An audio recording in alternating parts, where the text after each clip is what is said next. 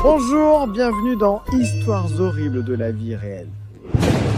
Salut, comment allez-vous? C'est encore moi. Eh bien, une nouvelle rubrique sur ma chaîne que je voulais faire depuis longtemps. De quoi s'agit-il? D'histoires effrayantes ou de tout autre genre, mais qui sont réellement arrivées dans la vraie vie. Aujourd'hui, nous allons voir le cas de la véritable orpheline. Avant de commencer, je veux clarifier ceci. Je n'ai pas mené l'enquête. J'aime ce type de vidéo, mais il faut vraiment enquêter. Et il y a quelque chose que je suis avant tout, c'est paresseux. Donc ce que j'ai fait en réalité, c'est la traduction d'une enquête réalisée par un youtubeur brésilien que je suis, qui s'appelle Jean Lucas. Donc en gros, ce que j'ai fait, c'est traduire les parties les plus importantes de sa vidéo et vous les montrer pour que vous les ayez ici en français. Donc tout le mérite revient à Jean Lucas, que j'adore, et je lui envoie un bisou, même s'il ne regarde pas cette vidéo. Bon, alors, comme je vous le disais, aujourd'hui on va parler du cas de la véritable orpheline dans la vie réelle. Bon, si vous n'avez pas vu le film L'Orpheline, enfin, tout le monde a vu le film, vous savez déjà de quoi il s'agit. Cette fille qui est adoptée par une famille, quoi. Et ensuite, il s'avère qu'en fait, ce n'était pas une petite fille, mais une femme adulte. Eh bien, il semble que cela soit arrivé dans la vie réelle. Et l'histoire commence ainsi.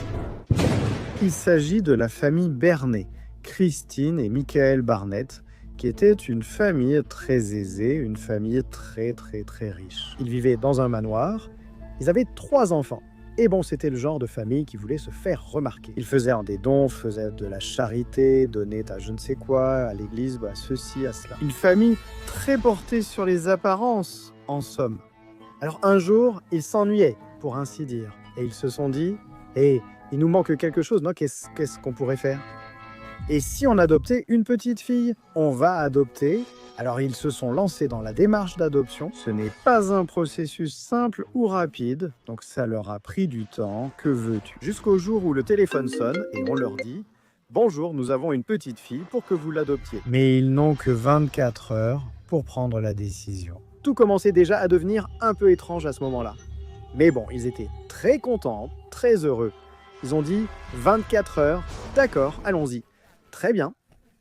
Alors là, on leur précise que c'était une adoption fermée et qu'ils n'auraient aucune information de quelque nature que ce soit. Aucune information sur la famille de la petite et ils ne pouvaient pas en demander. Et donc on leur dit voilà, c'est bon, c'est terminé.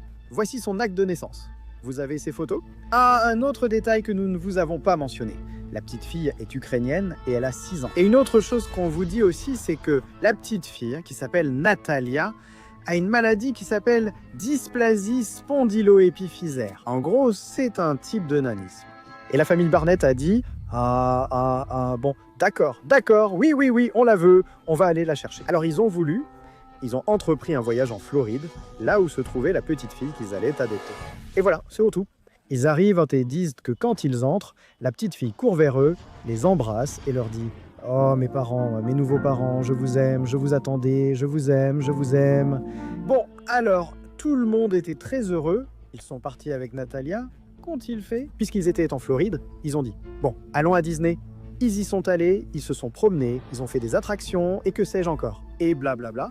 Cette nuit-là, dans le même hôtel de Disney, des choses très étranges allaient commencer à se produire.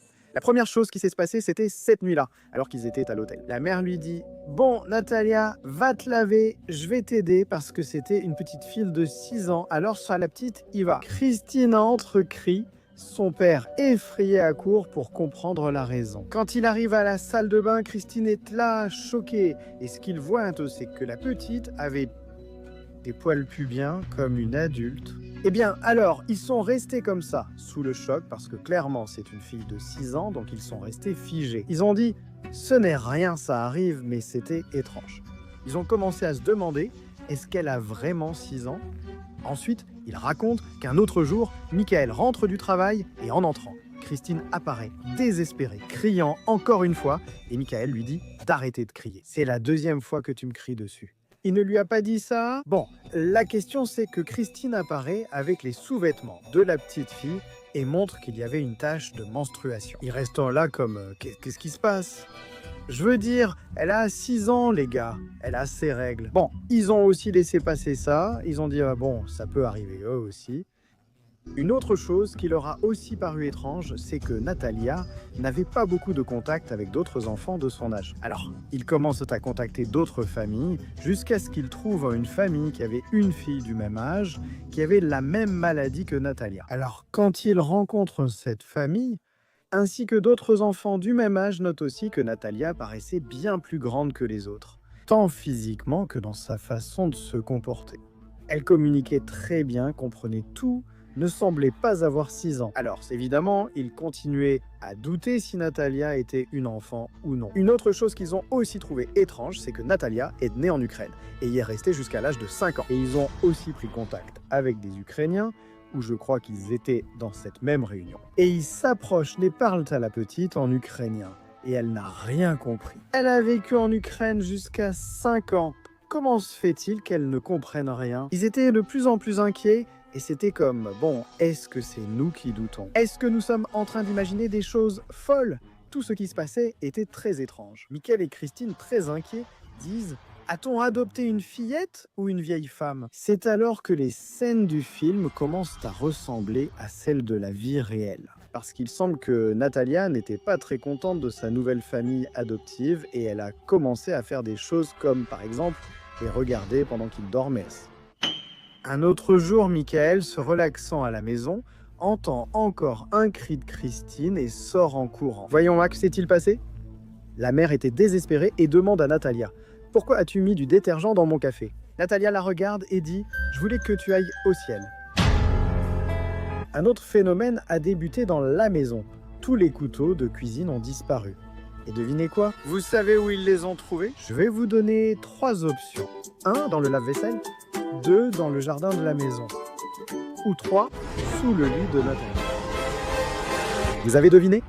Oui, ils étaient sous le lit de Natalia. Et encore une fois, ils lui ont demandé « Natalia, pourquoi as-tu caché les couteaux sous ton lit ?» Natalia leur a encore répondu « Je veux les utiliser pour que vous alliez au ciel. » C'était donc clair, et cela ne s'est pas arrêté là. Une nuit, Michael dormait quand il s'est soudain réveillé. Et encore une fois, Natalia était à côté du lit en train de le regarder. Mais cette fois, elle ne faisait pas que le regarder. Elle avait un des couteaux. Elle le pointait. Alors là, ils ont dit « Bon, non, ça suffit, espèce de connasse, tu nous fatigues. Arrête de faire ces trucs-là. » Bon, là déjà désespérés, les parents ont cherché plein de psychologues, de psychiatres. Certains psychologues pensaient qu'elle avait des traumatismes. D'autres la disaient psychopathe. Mais en général, tout semblait se calmer avec le suivi des psychologues. Et il se trouve qu'un jour, les Barnett décident de fêter l'anniversaire de 2 de leurs enfants. Et ils décident de le faire dans une maison qui se trouvait comme à la campagne, dans une maison de campagne. Alors, à un moment donné, Christine dit « Bon, allons faire une promenade, Natalia. » Et puis la fête a continué, blabla. Qu'est-ce qui s'est passé? Des cris désespérés de la mère, encore une fois, et Michael a couru pour voir ce qui se passait. Quand il arrive, Natalia était avec sa mère en train de se battre. Elle se battait, et la mère criait « Elle a voulu me tuer. Elle m'a poussé contre la clôture électrique. » La police est arrivée, et les pompiers aussi. Tout un bazar. Ils ont réalisé que psychologues et psychiatres ne servaient à rien. Ils choisissent de l'interner en clinique psychiatrique. Après un certain temps, Natalia est internée à la clinique et ils reçoivent un appel des médecins. Ils ont dit « Venez la chercher tout de suite. Elle est complètement folle. On ne peut pas la garder. Elle nous cause des problèmes. Elle nous complique la vie, disait le médecin. Elle nous complique la vie. Elle se dispute avec les autres patients, elle leur dit des choses horribles et pire que tout, elle fait des avances aux infirmiers. Ce que je raconte ici est là la déclaration des parents. Souvenez-vous-en, c'est important, ils ont pensé. Je veux la faire sortir de la clinique, car les médecins disaient qu'ils ne pouvaient pas la garder et que rester là serait pire. Et tout pouvait finir tragiquement. Avec tout ce qui se passait, les parents demandaient comment une fillette de 6 ans pouvait faire cela. Cette fois, ils commencent à l'emmener chez des médecins pour qu'ils puissent faire des examens pour voir si elle était vraiment une fillette. Alors ils trouvent un médecin et ils se rendent compte que pendant les 4 dernières années, Natalia n'avait pratiquement pas grandi. Rappelez-vous qu'elle avait une maladie, je ne me souviens plus du nom. C'est le nanisme. Après de nombreux examens médicaux très approfondis, ce médecin découvre que Natalia n'a pas 6 ans, Natalia a 22 ans. Alors, oui, les soupçons qu'avaient les parents étaient fondés. Ils avaient adopté une fille qui avait 22 ans. Les avocats spécialisés devraient-ils en tenir compte? Concernant les adoptions, ils affirment qu'il est habituel que des documents se perdent lors d'une adoption internationale. Donc parfois, on ne sait pas vraiment quel âge ils ont exactement, mais ce n'est pas si fréquent. C'est-à-dire, ils peuvent se tromper d'une différence de 1, 2 ou 3 ans, mais jamais de 6 à 22 ans. C'est énorme. Donc il y avait quelque chose d'étrange. Aussi, concernant le récit des parents de Natalia,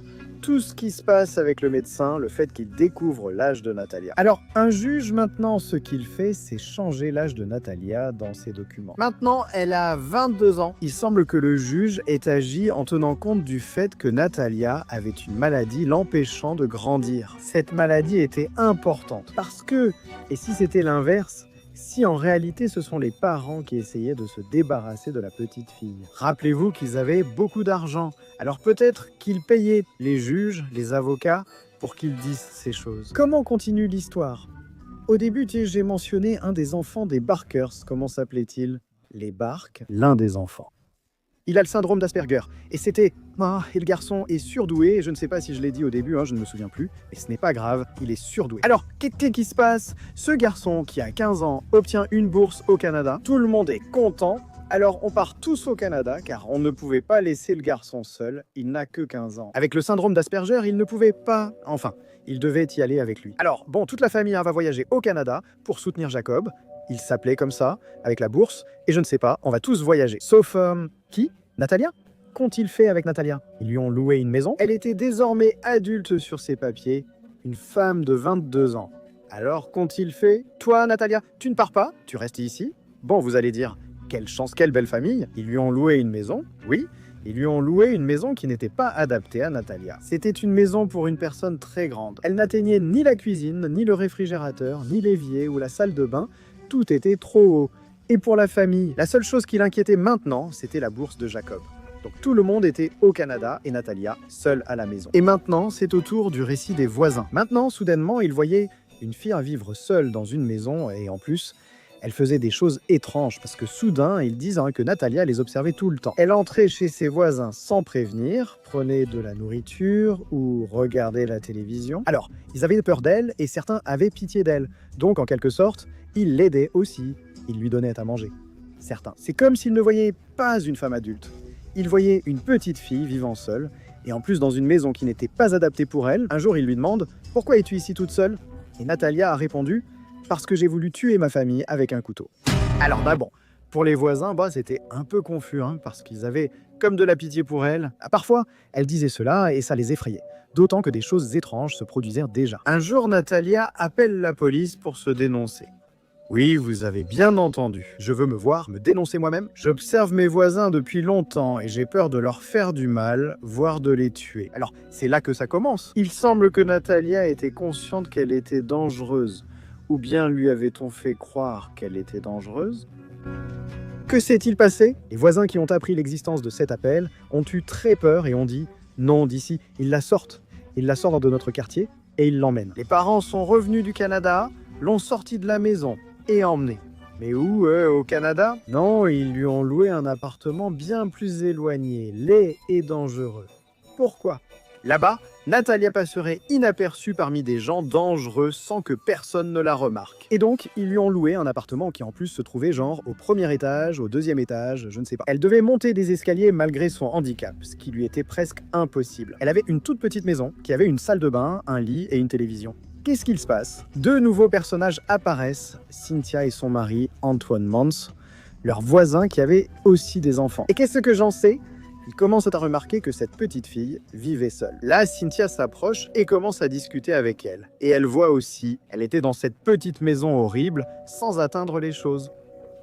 Et Natalia, pourquoi es-tu seule ici? Et Natalia, elle a dit, parce que j'ai 22 ans et je suis une grande femme et ma famille m'a laissée ici. Cynthia pensa, tu ne sembles pas avoir 22 ans. Alors là, elle commence à s'intéresser et elle commence à beaucoup discuter avec elle. Et comme elle voit qu'elle vivait au milieu des ordures, elle lui dit, bon, viens rester un moment chez nous. Cette famille, qui avait aussi des enfants, remarque qu'elle s'entendait très bien avec les autres enfants de la maison. Avec eux, elle était super gentille, super affectueuse, elle ne causait aucun conflit de quelque sorte. Et là, ils se disent, attends, qu'est-ce qui se passe ici? Eh bien, comme Natalia est partie vivre chez eux, elle a laissé son appartement seul et abandonné. Alors, qu'est-ce qui se passe? Les factures commencent à arriver, les lettres commencent à arriver, les comptes commencent à arriver, et tout cela commence à être abandonné. parce que personne ne les payait. Cela attire l'attention de la police, qui remarque que Natalia vivait là et habite désormais avec l'autre famille. Ils soupçonnent une possibilité qu'une personne aurait été abandonnée. Alors, ils ont interrogé Natalia. Là, elle leur raconte. Oui, ma famille m'a laissé ici, et elle leur dit que Cynthia a été celle qui l'a aidée, qui l'a sauvée et qui l'a sortie de là. Alors que se passe-t-il? La police n'a aucun moyen d'accuser la famille Barnett d'abandon de personne. Pourquoi? Parce que dans les documents de Natalia, il est indiqué qu'elle est une adulte de 22 ans. Mais en réalité, Natalia est une femme qui souffre d'une maladie et d'un handicap. Là, oui, ils peuvent être accusés d'avoir abandonné une personne. Et c'est là que toute l'histoire est révélée au grand public parce que Christine et Michael iront en prison. Et publiquement, ils disent que Natalia est si folle, une psychopathe, etc. C'est là que l'histoire éclate. Ils le racontaient aussi pour redorer leur image. La nouvelle famille de Natalia témoigne désormais aussi, affirmant qu'elle était très gentille. Elle n'a jamais eu d'attitude étrange, ni de comportement de psychopathe, ni rien fait de ce que la famille disait. Ils refont tous les examens médicaux. Ils concluent maintenant que Natalia n'avait pas 22 ans, mais 14. Vous allez dire qu'à 14 ans, elle était déjà grande. Aurait-elle pu faire tout cela? Nous allons enfin découvrir toute la vérité. Avec l'arrivée d'Anna Gava, la mère biologique de Natalia, un nouveau personnage fait son apparition. Des tests ADN ont confirmé qu'elle était la mère. Et maintenant, ils lui demandent tout. Et évidemment, comme c'est la mère, elle sait en quelle année sa fille a né. Vous savez ce qu'elle a répondu quand on lui a demandé en quelle année elle est née? Le 4 septembre 2003. C'est-à-dire, Natalia a toujours eu 6 ans, vous comprenez ça? Elle n'a jamais eu 14 ou 22 ans, Natalia a toujours été une fillette de 6 ans. Tout était inventé par la famille Barnett pour se débarrasser d'elle. On voit qu'ils ne s'entendaient pas bien, comme s'ils la rendaient et revenaient, je ne sais pas comment dire. Cela semble désastreux pour la presse et leur image publique. Alors ils ont commencé à inventer toute cette histoire horrible pour se débarrasser de Natalia. Vous pensez sûrement, quelle chance que cette famille soit en prison. Mais non, ils ne le sont pas. Pourquoi? À ce moment-là, lors du jugement, les papiers disaient qu'elle était adulte. Donc oui, il y a eu abandon de personne, mais pas d'une enfant. C'est comme si on avait jugé qu'ils avaient abandonné une adulte. Alors ils ont purgé une peine dont je ne sais pas exactement la durée, mais qui a été courte, et ils ont été relâchés. C'est-à-dire qu'ils sont maintenant libres, après avoir fait tout ça à cette pauvre fille, et ils se promènent quelque part dans le monde, d'après ce qu'on sait. Actuellement, le père vit d'un côté avec son fils surdoué, et Christine vit avec ses 2 autres enfants. Alors, bon, quelle est la leçon de cette vidéo? Je ne sais pas, c'est à vous de voir. Rendez-vous au prochain épisode des histoires horribles de la vie réelle avec César Salade.